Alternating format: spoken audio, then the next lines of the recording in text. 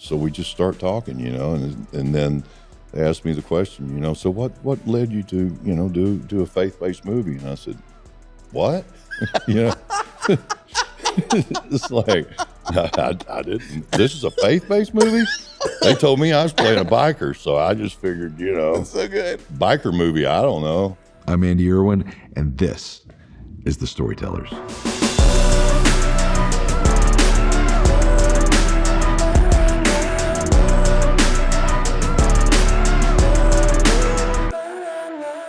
Coming up on today's edition of The Storytellers, I get to sit down with one of my favorite humans on the planet. This guy has been a part of 3 of my films, and he's one of those guys that's super special with how he brings things to life. He's in the kind of the same realm of John Wayne meets Johnny Cash, and his voice is iconic. You love his music. It's Trace Adkins. And he brings Scott Brickell back to life yet again, and I can only imagine too. Welcome, my guest. All right, we're in for a wild ride because I've got Trace Adkins on The Storytellers. Trace, welcome to the show, man. Hey, man, good to be here. And so I understand that this is your second podcast. The other one was Bill Maher. Bill Maher. So I've got to figure out how to live up to that. It's gonna be Don't even try. Don't even try. He was so high. I mean, it was like, at one point I was like, dude, stop smoking that stuff, He was smoking the whole time. Well, we're going to end for a different experience on this one. So right. we've done 3 movies together, Yeah. and I become good friends along the way. What keeps you coming back to Kingdom Films? Like, what keeps you making these movies with us? I love you, Ange. Come on, man. I've always had just a great experience working with you guys, and it's just the sets are. I've said it to you before, but I'll say it publicly now. It is the least stressful set that I think I've ever been on, And I know behind the scenes you guys are probably pulling your hair. Well, not you. Yeah, my hair's gone, man. Some people are pulling their hair out. But you don't let us see that. We don't ever see that, and we don't even feel it.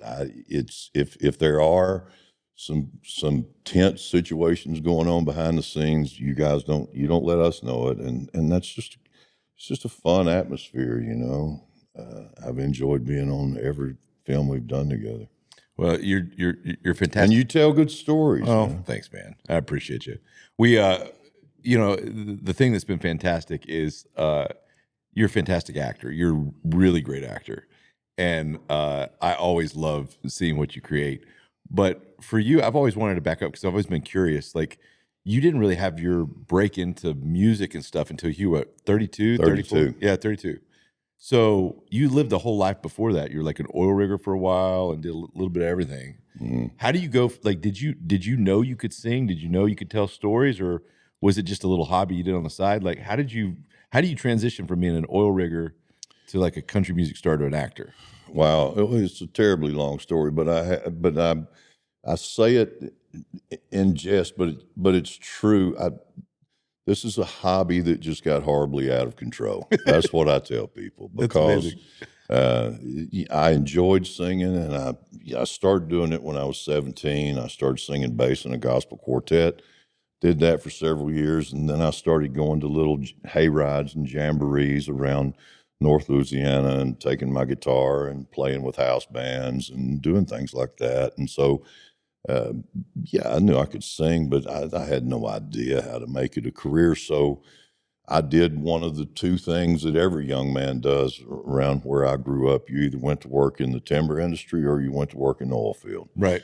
And I went to work in the oil field. And so I worked in the oil field for 10 years until I moved up here in 1992. I read that you got like caught in a hurricane. I rode out Hurricane Chantel on a drilling rig. There's like 9 of you out there, right? 10 of us were left on the rig. Yeah, they got everybody off the rig, and there were 10 of us left. And then we got the radio call that the weather had gotten too bad and they couldn't come back to get us. So, yeah, we rode it out. Yeah, it wasn't a terribly bad hurricane. I think top winds were like 95 miles an hour, so it wasn't like a Category 5 or anything. But Right. yeah, it was pretty wild, But That's wild. so So you go from being on the oil rig to then all of a sudden, what was the moment that was like, I'm actually going to try this thing out with the singing and like as a career? Well, while I was working offshore on a drilling rig, I met this guy out there who was friends with some guys in a band in Lafayette, Louisiana. And I would take my guitar out on a drilling rig, and after working, I'd take my guitar and go up to the wheelhouse where nobody was up there late at night, and I'd try to write songs and whatever. And so this guy just liked what I did, and he said, "Man, I'd like for you to come down to Lafayette on our 2 weeks off next time and meet these guys, friends of mine that are in this band." And so I did. And long story short, they had won a competition, a local competition in Lafayette, Battle of the Bands thing. And they were going to the regionals in Dallas, and they asked me if I'd go with them, sing a couple songs. So I was like, and it happened to be on I was going to be off. And so I was like, sure. So we went. And we won the thing in Dallas. And so then we came here to Nashville for the finals. And we didn't win here, but we had gotten noticed by a booking agent out in Texas who wanted to book us playing clubs in Texas. And so I took a leave of absence from Global Marine, which was the drilling company that I worked for offshore. And so for 3 years, I went and toured clubs in Texas and all that. And then I just got burnt out on it, man. I was in a bad place, drinking too much, drugs and all that. And I realized I had to get away from it or it was going to kill me. And so after I went back to work in the oil field, and I'd been out there for a couple of years, and the guy who had been booking me in clubs in Texas called me on the phone one day, and he said, "Are you singing anymore?" And I was like, "I don't even sing in the shower. I'm done." And he said, "Well, one of these days you're going to have to look in the mirror and ask yourself, I wonder what would have happened if." And I said, "If what?" And he said, "If you'd have thrown down the pom-poms and gotten the game." Wow. He said, "Nashville's where you need to be. That's where that's where the factory is. That's where they make what you want to be." And so I thought about it for a while, and the thought of that scared me worse than selling my house and moving to Nashville. That thought that someday I'm going to have to look in the mirror and ask myself that question. I wonder what would have happened if, and I didn't want that to happen. That's the coolest thing I've ever So I sold everything and I moved here. That's amazing. I love that. That's so rebellious. I love that statement. But it was just, I saw an opportunity, and I thought, I'll just give it a shot. And I gave myself a limit. I wasn't going to come up here and just beat my head against the wall and nothing happened. And then, I came up here and got a job working out at the DuPont plant in Old Hickory. Yeah. I was pipe fitter's helper. Wow. And so I was working out there doing that while I was pursuing this other stuff and getting to know the right people and hooking up with songwriters and stuff like that. But I was getting close to my cutoff, and if it didn't happen, I was going to go back to work in the oil field. Wow. Because that made me happy. I enjoyed that. I enjoyed that atmosphere. I liked that, the men that I worked with out there offshore, and it was a rough bunch of guys, but. Well, that's something I love about you even still. Like if you're not working, you're on your land on a tractor or doing something like cutting down a tree, or, you're always out doing something. Yeah. That's kind of what you love. It's therapy, man. It's, it gives me satisfaction, and at the end of the day to be able to look back, and I still need those tangible results from the stuff that I do. Look what I did today. Yeah, so you can look back and see, I did good today, because in the business I'm in, the business we're in, sometimes you get to the end of the day and it's like there's nothing. Yeah. There's nothing there, Applause lasts for a few seconds and then it's gone. And well, for people that look at it from the other side of like, oh, it must feel a certain way to have a moment of success. you probably had a certain amount of like perspective, because you had a little bit of the Clint Eastwood effect, where Clint didn't start directing movies till he was 55. You had your breakout when you're 32. What was your perspective on this whole thing when you finally kind of was like, this is my job, this is my career? Well, I got so lucky, man. And luck, I swear, luck plays a big part in it. I mean, meeting the right people and being in the right situation and being in the right place at the right time, man. There's just a lot of dominoes that have to line up, in this business, I think. Talent will only get you so far, and then you got to have a little luck, and I got lucky and met the right people. And I literally met the president of Capitol Records at the baggage claim at the airport one night, and I was introduced to him, and he asked me, he was told by the person that introduced us that I sang at a little club outside of town on the weekends, and he said, I'll come hear you. And then later he told me, he was just like, I heard the timbre of your speaking voice. And he said, and I thought, if he can actually sing on pitch, this might be something interesting. Yeah, I could hear that.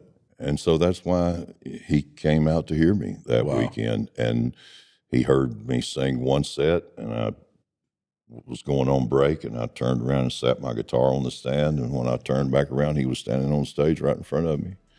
He said, I'll give you a record deal. Wow. Just like that, And that's how it happened. That's incredible. That's luck, man. That's incredible.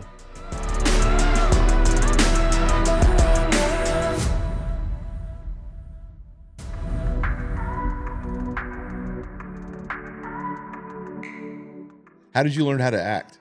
I haven't learned how to act. I'm calling BS. No, I think the biggest act that you do is the aw shucks, I'm just a country boy type thing, because underneath it, whether you will admit it or not, you're always the smartest dude in the room. Stop with the sighing and the huffing and stuff. It's like, see, what I tell people is the best acting job I do is convincing the director that I know what I'm doing. Well, you do that. That's the best acting job I do. Yeah, it's great. But like you mentioned Clint Eastwood a few minutes ago, to steal an old Clint Eastwood line, a man's got to know his limitations, and I know mine. There are a few roles that I can pull off. Yeah. Just a few. Biker, cowboy. I do Brickle pretty well. But you know Brick. Uh-huh. Yeah, we're pretty much brothers anyway. You are. I think you're twins. I think you're separated at birth. Sure. I know. For sure. And when I met him and we started hanging out and stuff, and I was like, gosh, I don't have to act at all. Well, the funniest thing in the world was, so you had agreed to do the movie, and you got off the flight. I went to go meet you at the airport in Oklahoma, and you get off and you lumber off, and you come up and you're just like, all right, Andy, who's this Brickle guy I'm playing? Like, tell me what the angle is. And then I didn't realize that Scott was on your flight. And I turned around, I was like, well, it's kind of like, and I'm like, oh, it's like that dude. And you turn around and you looked at each other, and it's like you looked in the mirror, you looked him up and you looked him down, and you're like, okay, I see how this works. Yeah. It was a great moment. I love Scott, man. He's become a dear friend, and it's not hard for me to put myself, and this is the only time I've ever done this. Right. And I told that story many times after the first movie came out. This is the first experience that I've ever had where he was on set all the time, and I would do a scene, and then I'd walk over to Brick and I'd go, is that kind of how it went down? Mm-hmm. And I remember one particular scene in the first movie where I kind of came down on Bart pretty hard, and I went over and I talked to Scott about it, and he said, I wasn't that hard on him. Yeah. I wasn't that hard on him. And I went, okay. And so I did it again, and I softened it up, and he just looked at me, and he just, Yeah. And so I've never had that experience before. I've never played another human being and them be right there. Right. And and tell me, yeah, that's how it happened, you know.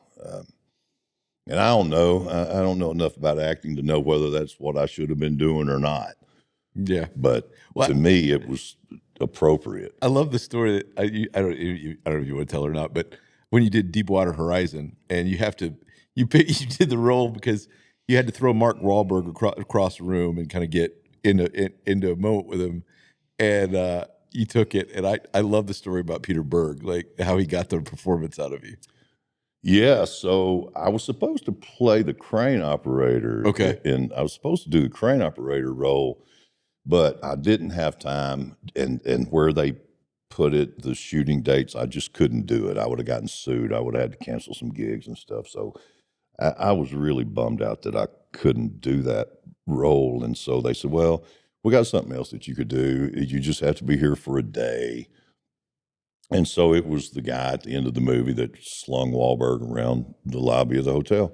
And so I get in there and we set it all up, rehearse it a time or two, and then we start shooting the scene and we do it a couple of times. And then Peter Berg comes storming into the director. room. Yeah, it's amazing. Yeah, and he's directing the movie and he comes over to me and he holds his hands out and he looks at me and he goes, "What are you doing?" And I was like, "Well, I'm doing what I thought I was supposed to be doing." He goes, "No, you're not doing what you're supposed to be doing. That's not why we brought you here." And then he started going, "We brought you here." And he started poking me in the chest with his finger. And he starts pushing me up against the wall. And it's just really intense, you know. And he's getting in my face and just dog cussing me. And then it's just like, you know, and I was like, "Well, I don't want to hurt the guy. You know, he's a little dude, you know." He goes, "You can't hurt him." And I was just like, "Oh, yeah?" And he goes, yeah, try to hurt him." And I was like, "All right." And then he pushes me again. And then I was like, "Hey, man." And then he runs off and goes, "Action." Mark Wahlberg in front of you. Yeah. And then they ran Wahlberg in there and I grabbed him and slammed him up against the wall and put my forearm against his throat. I was so mad. Oh gosh. And then he comes in and he goes, "Now just storm around the lobby of the hotel, just cussing, just let it go." And I was like, "Man, there are kids in here, you know?" He goes, "I don't care, you know, just do it." And I did it, but they didn't put that in the movie. I'm glad they didn't. It wasn't good, but yeah. So Peter Berg is an intense dude. You've never done that to me before. Well, I don't know that I've ever had the courage to poke you in the chest. Like I push you to the point where you start like subtly growling, but I've never gone to full like throw Mark Wahlberg across the room, Matt. So when you first came on my radar, I was, you know, watching Celebrity Apprentice back in the day, and I watched. So it's like I just really fell in love with your personality. And one of the things that I try to do is it's not just studying like what can somebody do in front of the camera, but what kind of a person are they off camera to work with. And I just loved, you know, your personality on that show, you and Stephen Baldwin together. And so we offered the role to you in Mom's Night Out, of Bones and Mom's Night Out, and Biker, right in your wheelhouse. And so we offered it to you, but you've told me since like you didn't know it was a faith film when you signed on to it. No, didn't. I read the sides that got sent to me, and so no, I had no idea that it was a faith-based film. I tricked you into it. You didn't trick me into it. I just didn't know. And then I got down there the very first day, and I remember getting on set, and CMT was there, and they had a crew down there, and they had set up in a room, and they wanted to do an interview. And so I go in there and I sit down. I start talking to the host, whoever it was, but I knew them. I can't remember now who it was, but so we had a rapport, and so we just start talking, you know, and then they asked me the question, you know, "So what led you to, you know, do a faith-based movie?" And I said, "What?" You know, it's like I didn't. This is a faith-based movie. I'm playing a biker. I don't know, you know. I'm, you know, they told me I was playing a biker, so I just figured, you know, That's so good. biker movie. I don't know, you know, but yeah, it was. But I had so much fun doing that movie, and I tell people I don't know how many movies I've done, but I tell people all the time I've done about 5 or 6 maybe. Yep. that I will admit to, right? Yep. And because that's about how many I've done that I think are good movies. That's awesome. I love You it. know, and all of the movies I've done with you are on that list, and there's just a couple of other ones that I think were good movies. You know? Lincoln Lawyer's great. But I love doing movies with you because they're movies that I finally doing another movie that my mama can watch. You know, I try to make Mama proud. Well, for us, you know, I had never seen you give like a longer kind of monologue and in a movie, and so with Mom's Side Out, there's this scene that happens in the jail cell where you kind of give the message of the movie. We like a lot of times giving those moments to a rougher character because it takes the earnestness off of it. And so it's this scene where you're talking to Sarah Drew's character, Allie, and talking to her about like that you've seen these eagle videos and that the eagle's nest, and kind of it becomes the theme for the movie. And when we got to that part, John and I were like, because you know we'd offered the role to you with, you know, just kind of based on just thinking you were right for it, but we hadn't seen you do any of the material like that. And it got to that scene; it was one of your first scenes, and we were like, I think Trace is going to be great. I'm pretty sure he's going to be great. I have a hunch that he's a great actor. And then it got to that scene, and you came in with this gruffness, but it was just so like father to daughter kind of moment. And John and I remember us pumping our fist in the air. It's like, dude can act. Like, this is great. It's awesome. But I love what you brought to that moment. I love that scene. And it was. I mean, I've got 5 daughters, so it was just like I'm talking to one of my kids, you know, and that's what it felt like to me, and that's where I went, you know, to do that. That was my favorite scene in that movie, and yeah, it choked me up, you know. It was I enjoyed that, man. Yeah, that was one of my favorite moments. It was cool.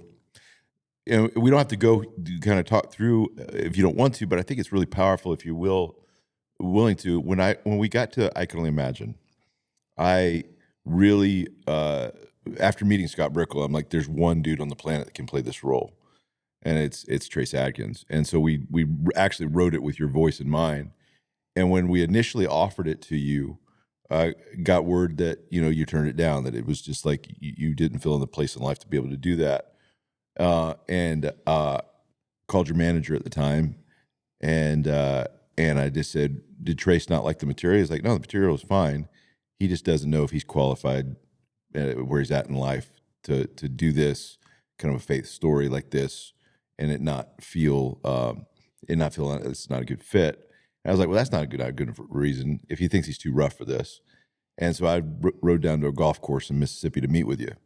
Where were you at, and like what was going on, and like what made you turn it down at first? Well, it was just a hard time personally. I was going through some stuff, and I just felt like it would be hypocritical for me at that moment in my life to do another faith-based movie, because I just really didn't feel good about myself at the time, and some of the stuff that I was going through and struggles that I was having. You know, don't have to go into any of that, but it's just that's where I was in my head, and I was like, man, I just don't want to be hypocritical here, you know. And that's what I just kept thinking about, was how I'm going to be the world's biggest hypocrite if I do this. Mm-hmm. And it's just, you know, but you came down and you talked to me, and it was like, you know, you laid it out straight and cleared my thinking on the thing, and it just, you made it make sense, and you know, you're the reason that I was in that movie, man. Man, it was one of the things I'm most proud of, not for me, but for you, because I think the thing I like about you is you do have a lot of integrity. You do really, you don't say things you don't believe, and so because you were in that rough spot, and you said, Andy, I don't want to be a hypocrite, and I just said, we were riding a golf course in Mississippi, and I said, Trace, we're all in agreement that the story we're telling is about redemption, and that redemption's available to any of us. And you said, okay, I think I could use a little bit of that redemption stuff in my life. And I was really proud that you said yes, and I was proud to stand with you because you're my friend, and I loved having you in the movie. Yeah. Well, it did me a world of good, man. And And this last one that we did, same way, man. I just felt good every day that I left the set.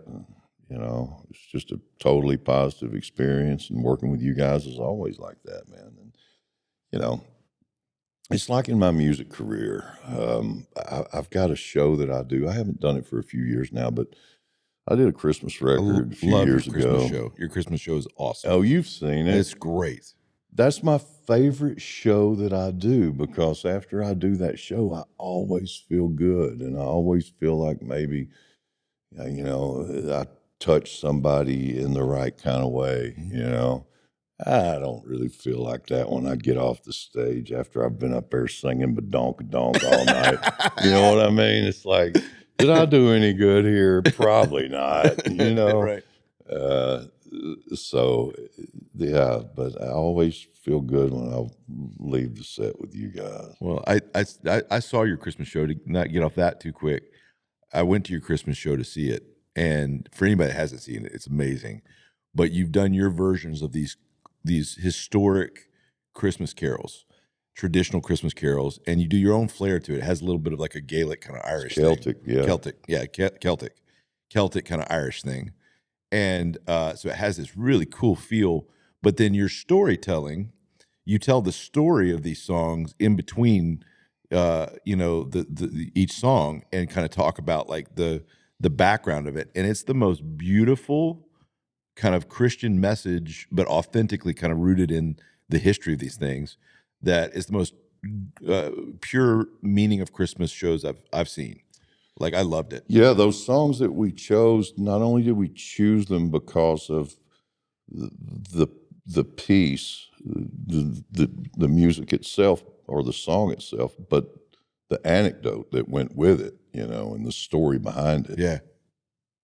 That was the most fascinating part of it to me, and in doing the research that we did about these songs that we selected.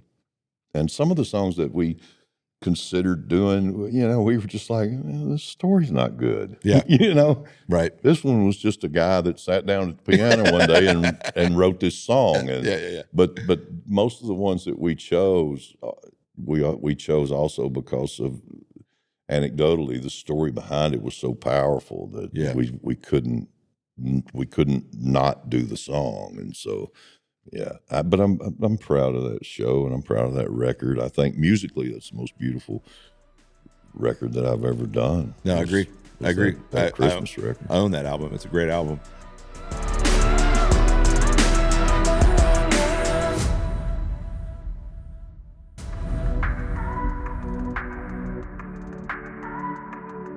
The other thing that I loved about the first Imagine, I know yesterday was your birthday, and I remember that your birthday was on the last day of shooting the first Imagine. And you had already wrapped your character, and you just stuck around because I think you liked the set. And we were filming with a crowd of 3,000 extras doing the final number for the movie. And weren't we at TPAC that day? No, we're talking on the first one. It was in Oklahoma. So that's right. We were in Oklahoma. But it looked a lot like TPAC. It was almost the same. And format. Quaid was there. Quaid was there. Yep, Quaid was there. So we're filming it, and somebody recognized that it was your birthday, and somebody impromptu in the crowd started singing "Happy Birthday" to you, and all of a sudden the whole crowd stood and started singing "Happy Birthday," and you were standing in the middle of the stage. Didn't expect it. And the thing that did my heart proud is for a guy that thought, if I do this film, people are going to think I'm a hypocrite. That audience loved you. They loved you. And they loved you in the film. And so it was a really cool moment. Coming back to the movie now and doing the new one, what did you like about taking on Scott Brickle in this one? And you just saw the movie yesterday for the first time. What did you think? I thought it was great. Yeah, I thought, Bart asked me yesterday after I saw the movie, he said, well, what'd you think? And I was like, man, I usually only read the parts of the script that I'm in. I was so surprised to see that there was actually a story to go along with my parts. You know how much I was so I would be having panic pleasantly attacks if I knew surprised. about that beforehand. I was- Like, Trace had read the script. I was so pleasantly surprised Yeah, that's to great. see that you guys actually had a good story to tell. I love it. You know, I love because it. I was just coming in and doing the brick thing. Yeah, And, yeah. you know, a little comedic relief from time to time. I loved it. Which Scott, he's either laying the wisdom down on you or he's making you laugh. You Yeah. know, that's what I love about Brickle too. I love the scene. I love the scene where you talk about that. He tells the story about his father, and you came in that day dialed in, like you put in your homework there, and I love that moment. Like it was a cool moment with you kind of telling the story about his father going to jail. You know, Brick's been trying to get me to read his book. Yeah, yeah. He wants me to do an audio thing. Didn't you endorse his book? I did. But you didn't read it. No. He wants me to read it, you know. But he wants you to read it out loud. Do right? an So audio the book, thing yeah. for him. Yeah. Which will be the first time that I read the book. Yeah, that's great. I love it. After endorsing it. You know, there's been a resurgence in like kind of values driven, faith driven kind of stories like these have kind of it's really kind of gotten a chance to be more and more available. Like, what do you think about like what's going on with underserved audience and, you know, maybe that kind of traditional values kind of faith stuff that's working right now? Why do you think that is? Well, you know, because the quality is there. I think maybe that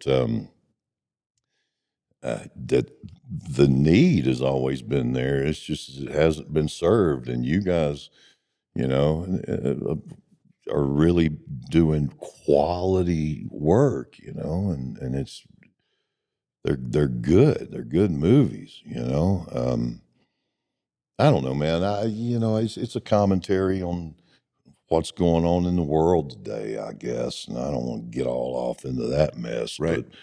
but we need some sanity here and there from time to time and just some good common sense, you know, smack in the face every once in a while. You know, this is what it's really all about. Right. You know, and we need to be reminded of that every now and then. But you know, the first movie that I did with you guys, when I saw the way that you marketed the film and the way that you set it up before it was ever released, it was something that I'd never seen before. Because in other genres, they don't have that infrastructure. They don't have that that framework that allows them to be able to market the movie to the audience that's going to see the movie. Right.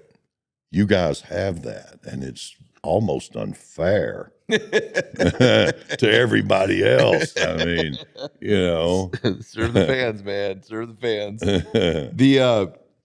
So as we kind of wrap things up, just thinking about like, you know, the end of the movie, we filmed at Red Rocks. Yeah. And you played Red Rocks before, right? I did once, a long time ago. That's a special venue. I don't like it. You don't like it? Too high in the altitude's too high. It's too high. Yeah, you are sucking oxygen I there. mean, yeah, I told my booking agent probably about 10 years ago, 3,000 feet, dude. I got to breathe. 3,000 gotta feet. breathe. I will not go above 3,000 feet and try to sing. It's brutal. Yeah. I did, and then he evidently forgot about that about three or so years ago. And I went and did a show in Park City, and I didn't care. I just wheeled the tank out there by my microphone stand, sat it right there, hung the mask on the mic stand, and in between every song, I just go, you know, a little Darth Vader going. Yeah, I don't care. You know, this is what you get at 6,000 feet or whatever we were in Park City. I love it. It was a magic place to end it. And it was beautiful. It turned out. It's the most beautiful venue possibly in the world. I mean, I've been to a lot of them, and it's hard to beat that one. Well, I was glad to have you out there. I mean, aesthetically, nobody wants to sing there. No, it was great. I didn't make you sing. Yeah, you came along for the ride. We got you. We broke your 3,000 rule, and we had a blast out there. Just to wrap things up, I always like to kind of come back to some favorites. So you've done a lot of westerns. Like, what's your top westerns? The top of your list That for I've western done? No, that you like. Oh, wow. So Man, I've got a few of my own, but I know that this is almost sacrilegious, but man, the True Grit that Jeff Bridges did, yeah, so good. you would pick the Jeff Bridges one over the John Wayne one. Shame on me. Wow, I watched it again 6 months ago, and it holds up. It is really good. Well, the first one still holds up. Yeah, But the one that Jeff Bridges did, I like Jeff Bridges a lot. I do too. Yeah, he's good. Yeah. And then, oh, wow, man. Unforgiven. Unforgiven's great. Super, man. Shane. Yeah, Come on. yeah, Shane's great.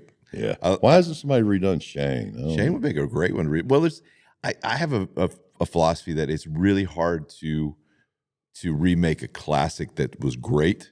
It's easier to remake something that was okay, it was good, and make it better. But I don't know. I don't know if you could touch Shane, but maybe you could.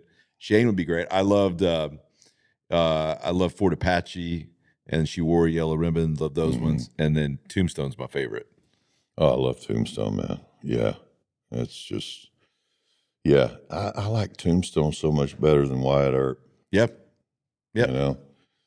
I mean, I love Quaid, but Yeah. Val Kilmer is Val Doc Kilmer, Holliday. his Doc Holliday is his best role. Yeah.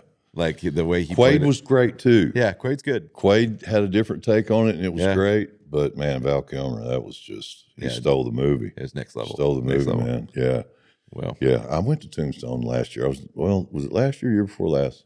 I don't know. I was down there doing a western in Tucson, and we drove over to Tombstone and spent the day. It still looks pretty much like it did. it's amazing. It's amazing. Well, Trace, we love you around here. You're one of my favorite humans, and you're a dang good actor. And whether you'll take that compliment or not, but I really love working with you, and we hope to make more movies with you. But love to have you on I Can Imagine too, and hopefully there's more to come. Well, man, I'm just thankful that I got to, finish telling this story. There was more story left to tell, and I was very happy to see that there was some story left to tell. Yeah. So I told Bart, I said, "You don't have anything left to tell." Yep. Surprise, surprise. Yeah, there was still some story left. Some to stories. tell. So we got this one completes it. There won't be an Imagine 3. So Man, I got to say, man, when he does that song, that is just one of the most powerful Yep. songs Yep. that I've ever heard in my life. And I told him one day, I said, "Man, have you ever thought of that song? If you had written that song as a love song to a woman, Wow. instead of the love song that it is Yeah. to God, if you had written that as a love song, Yeah. Country you talk. have the power to heal me. You have the power to Yeah. do this. But even if you don't, Wow. I'm going to love you anyway. If you had sang that to a woman, You get any woman you want. that would have been the biggest pop song in the history of pop songs. You might have just come up with I Can Only Imagine 3 just now. The love story. It took me a few listens to go, oh my gosh, whoa, what a love song. Yeah. Just changed the lyric a little bit, and it's a love song. Yeah. Just kill. It's a powerful song. It is a powerful song. And like Brings tears to my eyes. Yeah. I am so grateful that I have had the opportunity to stand 20 feet away from him and watch him sing that song. Yeah. And listen to him sing that song. Yeah. It's a gift that people can't understand. Yeah. Yeah. And that's what sold me on it, is when I heard the history of the song, and I was like, because I was a skeptic. I was like, absolutely not. We're not touching this unless there's a reason to. And when they told me the history of that song, and I love I Can Only Imagine as a song, but that's about hope for heaven. Whereas even if it's about hope for here, and how do you have hope when it doesn't work out here? And I just heard the story. I was like, I got to do that movie. Yeah.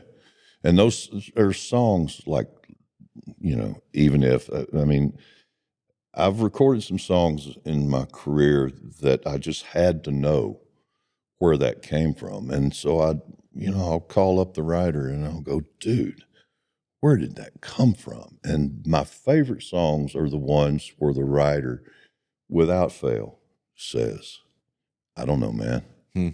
That one just, wow. I was just a vessel for that one. Wow. Those are the best. Yeah. Love it. Where they can't explain, where it came from. That's amazing. Those are my favorite songs. And that's what Even If is. That song was a gift. I love it. Well, Trace, we love you, man. And thanks for being on the show. Thank you.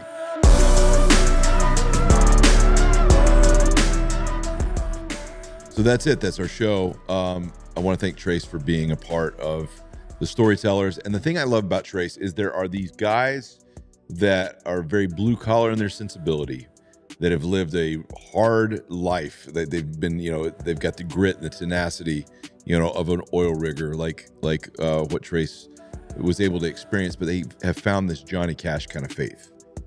It's rough, it's raw, it's unfiltered, but there's something really authentic about it. And the thing I like about Trace is what you see is what you get, and he doesn't say stuff he doesn't mean. And I've loved inviting him into the world of our films. I loved having him on Mom's Night Out. He's been great in both I Can Only Imagine. And there's just something about when Trace brings that truth to the screen and you give him those message moments or the moments that have meaning, he brings this blue collar grit to it and makes it special. And so there's something absolutely authentic. I love him. He's my friend, and I love having him on the show. And you're in for a real treat seeing him bring Brickle back to life. And I Can Only Imagine too. So be sure to check that out. So that's our show today. I just want to encourage you guys, as you find your stories, make it authentic, make it you, and believe what you say. And that's what we have for today. So we'll see you on the next edition of The Storytellers. The Storytellers is a Kingdom Story Company production. It is produced by Nick Carey and Beecher Proch with production assistance from Ben and Justin Bailey. Our executive producers are Brandon Gregory and Joshua Walsh. Social media for the show is run by the Troops and Allies team. Our music is Twisted Rooster by Tommy Prophet. Special thanks to our entire team at Kingdom Story Company. To make sure you never miss out on any of our exciting guests, subscribe to The Storytellers on YouTube at Kingdom Story Company or wherever you listen to podcasts. For exclusive first looks at our upcoming films, behind-the-scenes content, and invitations to advanced screenings, join the conversation as a Kingdom Insider at kingdomstorycompany.com. As always, thanks for joining Andrew Erwin and his friends on The Storytellers.